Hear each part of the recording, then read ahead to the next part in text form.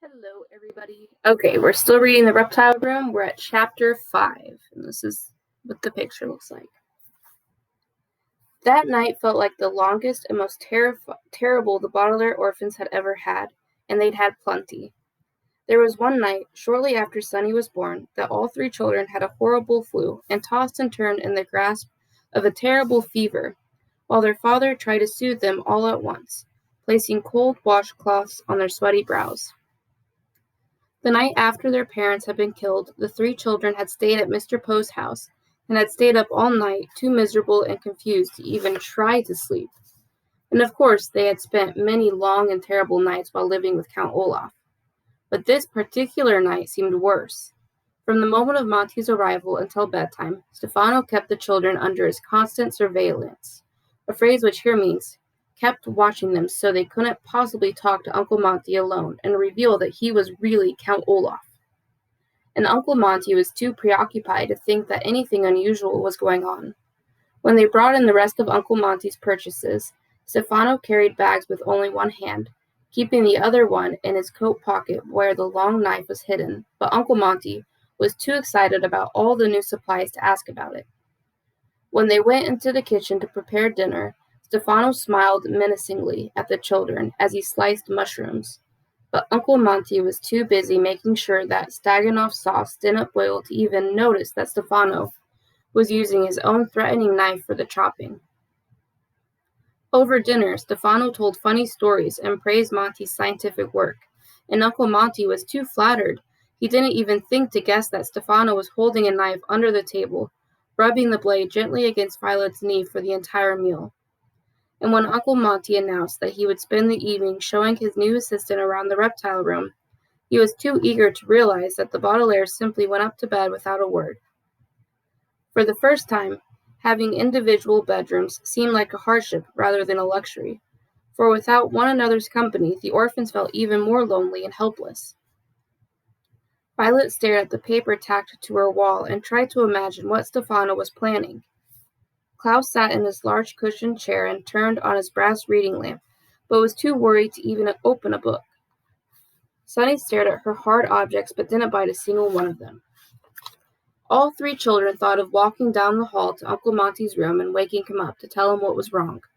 But to get to his bedroom, they would have to walk past the room in which Stefano was staying, and all night long Stefano kept watch in a chair placed in front of his open door. When the orphans opened their doors to peer down the dark hallway, they saw Stefano's pale, shaved head, which seemed to be floating above his body in the darkness.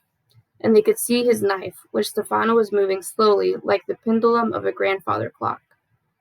Back and forth it went, back and forth, glinting in the dim light, and the sight was so fearsome they didn't dare try walking down the hallway. Finally, the light in the house turned the pale blue-gray of early dawn, and the Baudelaire children walked blearily down the stairs to breakfast, tired and achy from their sleepless night. They sat around the table where they had eaten cake on their first morning at the house, and picked listlessly at their food. For the first time since their arrival at Uncle Monty's, they were not eager to enter the reptile room and begin the day's work. "I suppose we have to go in now," Violet said finally, putting aside her scarcely nibbled toast. "I'm sure Uncle Monty has already started working and is expecting us." "And I'm sure that Stefano is there too," Klaus said, staring glumly into his cereal bowl. "We'll never get a chance to tell Uncle Monty what we know about him." "Yinga," Sonny said sadly, dropping her untouched raw carrot to the floor. "If only Uncle Monty knew what we know," Violet said, "and Stefano knew that he knew what we know. But Uncle Monty doesn't know that what we know, and Stefano knows that he doesn't know what we know." "I know," said Klaus. "I know you know," Violet said, but what we don't know is what Count Olaf, Stefano, is really up to. He's after our fortune, certainly, but how can he get it if we're under Uncle Monty's care?" "Maybe he's just going to wait until you're of age and then steal the fortune," Klaus said. 4 years is a long time to wait," Violet said. The three orphans were quiet, as each remembered where they had been 4 years ago. Violet had been 10 and had worn her hair very short. She remembered that sometimes around her 10th birthday she had invented a new kind of pencil sharpener. Klaus had been about 8, and he remembered how interested he had been in comets, reading all the astronomy books his parents had in their library. Sunny, of course, had not been born 4 years ago, and she sat and tried to remember what that was like. Very dark, she thought, with nothing to bite. For all 3 youngsters, 4 years did... Sorry, my cats are chasing each other. For all 3 youngsters, 4 years did seem like a very long time. Come on, you are moving very slowly this morning, Uncle Monty said, bursting into the room. His face seemed even brighter than usual, and he was holding a small bunch of folded papers in one hand. Stefano has only worked here 1 day, and he's already in the reptile room. In fact, he was up before I was. I ran into him on my way down the stairs. He's an eager beaver. But you 3, you're moving like the Hungarian sloth snake, whose top speed is half an inch per hour. We have lots to do today, and I'd like to catch the 6 o'clock showing of Zombies in the Snow tonight. So let's try to hurry. Violet looked at Uncle Monty and realized that this might be their only opportunity to talk to him alone without Stefano around. But he seemed so wound up they weren't sure if he would listen to them. Speaking of Stefano, she said timidly, we'd like to talk to you about him. Uncle Monty's eyes widened, and he looked around him as if there were spies in the room before leaning in to whisper to the children. I'd like to talk to you too, he said. I have my suspicions about Stefano, and I'd like to discuss them with you. The Baudelaire orphans looked at one another in relief. You do? Klaus said. Of course, Uncle Monty said. Last night I began to get very suspicious about this new assistant of mine. There's something a little spooky about him, and Uncle Monty looked around again and began speaking even softer, so the children had to hold their breath to hear him. And I think we should discuss it outside, shall we? The children nodded in agreement and rose from the table, leaving their dirty breakfast dishes behind, which is not a good thing to do in general, but perfectly acceptable in the face of an emergency. They walked with Uncle Monty to the front entryway, past the painting of 2 snakes entwined together, out the front door and onto the lawn, as if they wanted to talk to the snake-shaped hedges instead of to one another. I don't mean to be vainglorious, Uncle Monty began, using a word which here means braggy, but I really am one of the most widely respected herpetologists in the world. Klaus blinked. It was an unexpected beginning for the conversation. Of course you are, he said, and because of this, I'm sad to say, Uncle Monty continued, as if he had not heard, many people are jealous of me. I'm sure that's true, Violet said, puzzled. And when people are jealous, Uncle Monty said, shaking his head, they will do anything. They will do crazy things. When I was getting my herpetology degree, my roommate was so envious of a new toad I had discovered that he stole and ate my only specimen. I had to x-ray his stomach and use the x-rays rather than the toad in my presentation. And something tells me we may have a similar situation here. What was Uncle Monty talking about? I'm afraid I don't quite follow you, Klaus said, which is the polite way of saying, what are you talking about, Uncle Monty? Last night, after you went to bed, Stefano asked me a few too many questions about all the snakes and about my upcoming expedition. And do you know why? I think so, Violet began, but Uncle Monty interrupted her. It is because this man who is calling himself Stefano, he said, is really a member of the Herpetological Society, and he is here to try and find the incredible deadly viper so he can preempt my presentation. Do you 3 know what the word preempt means? No, Violet said, but it means that I think this Stefano is going to steal my snake, Uncle Monty said, and present it to the Herpetological Society. Because it is a new species, there's no way I can prove I discovered it. Before we know it, the incredible deadly viper will be called the Stefano snake or something dreadful like that. And if he's planning that, just think what he will do to our Peruvian expedition. Each toad we catch, each venom sample we put into a test tube, each snake interview we record, every scrap of work we do, will fall into the hands of this Herpetological Society spy. He's not a Herpetological Society spy, Klaus said impatiently. He's Count Olaf. I know just what you mean, Uncle Monty said excitedly. This sort of behavior is indeed as dastardly as that terrible man. That is why I'm doing this. He raised one hand and waved the folded papers in the air. As you know, he said, tomorrow we are leaving for Peru. These are our tickets for the 5 o'clock voyage on the Prospero, a fine ship that will take us across the sea to South America. There's a ticket for me, one for Violet, one for Klaus, and one for Stefano. But not one for Sunny, because we're going to hide her in a suitcase to save money. Depot, Sunny said. I'm kidding about that. But I'm not kidding about this, Uncle Monty said, his face flushed with excitement. He took one of the folded papers and began ripping it into tiny pieces.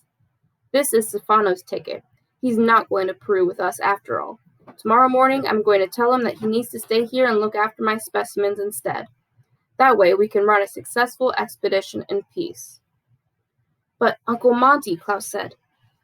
How many times must I remind you it's not polite to interrupt, Uncle Monty interrupted, shaking his head. In any case, I know what you're worried about. You're worried what will happen if he stays here alone with the incredible deadly viper. But don't worry. The viper will join us on the expedition, traveling in one of our snake-carrying cases. I don't know why you're looking so glum, Sonny. I thought you'd be happy to have the viper's company. So don't look so worried, Bambini. As you can see, your Uncle Monty has the situation in hand. When somebody is a little bit wrong, say when a waiter puts non-fat milk in your espresso macchiato instead of low-fat milk, it is often quite easy to explain to them how and why they are wrong. But if somebody is surprisingly wrong, say when a waiter bites your nose instead of taking your order, you can often be so surprised that you are unable to say anything at all.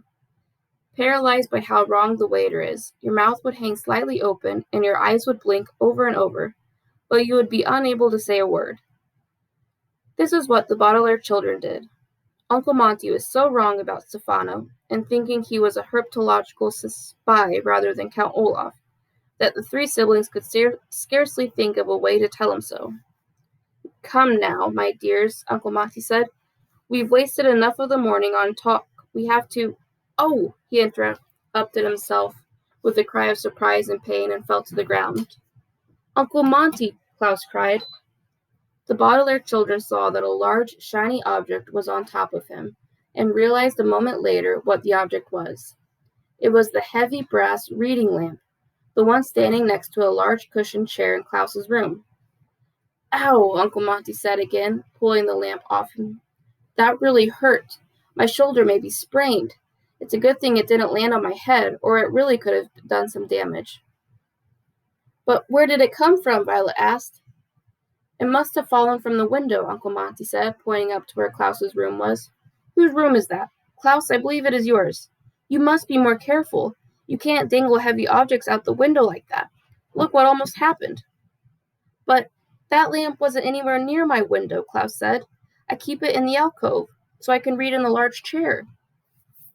Really, Klaus, Uncle Monty said, standing up and handing him the lamp. Do you honestly expect me to believe that the lamp danced over to the window and leapt out onto my shoulder? Please, put this back in your room in a safe place, and we'll say no more about it. But, Klaus said, but his older sister interrupted him. I'll help you, Klaus, Violet said. We'll find a place for it where it's safe. Well, don't be too long, Uncle Monty said, rubbing his shoulder. We'll see you in the reptile room. Come, Sonny. Walking through the entry hall, the four parted ways at the stairs, with Uncle Monty and Sonny going to the enormous door of the reptile room, and Violet and Klaus carrying the heavy brass lamp up to Klaus's room. You know very well, Klaus hissed to his sister, that I was not careless with this lamp. Of course I know that, Violet whispered, but there's no use trying to explain that to Uncle Monty. He thinks Stefano is a herpetological spy. You know as well as I do that Stefano was responsible for this. How clever of you to figure that out, said a voice at the top of the stairs, and Violet and Klaus were so surprised they almost dropped the lamp. It was Stefano, or if you prefer, it was Count Olaf. It was the bad guy. But then, you've always been clever children, he continued, a little too clever for my taste, but you won't be around for long, so I'm not troubled by it. You're not very clever yourself, Klaus said fiercely. This heavy brass lamp almost hit us. But if anything happens to my sisters or me, you'll never get your hands on the bottler fortune. Dear me, Stefano said, his grimy teeth showing as he smiled. If I wanted to harm you, orphan, your blood would already be pouring down these stairs like a waterfall. No, I'm not going to harm a hair on any Baudelaire head. Not here in this house. You needn't be afraid of me, little ones, until we find ourselves in a location where crimes are more difficult to trace. And where would that be? Violet asked. We plan to stay right here until we grow up. Really, Stefano said in that sneaky voice. Why, I had the impression we were leaving the country tomorrow. Uncle Monty tore up your ticket, Klaus replied triumphantly. He was suspicious of you, so he changed his plans, and now you're not going with us. Stefano's smile turned into a scowl, and his stained teeth seemed to grow bigger. His eyes grew so shiny that it hurt Violet and Klaus to look at them. I wouldn't rely on that, he said in a terrible voice. Even the best plans can change if there's an accident. He pointed one spiky finger at the brass reading lamp. And accidents happen all the time.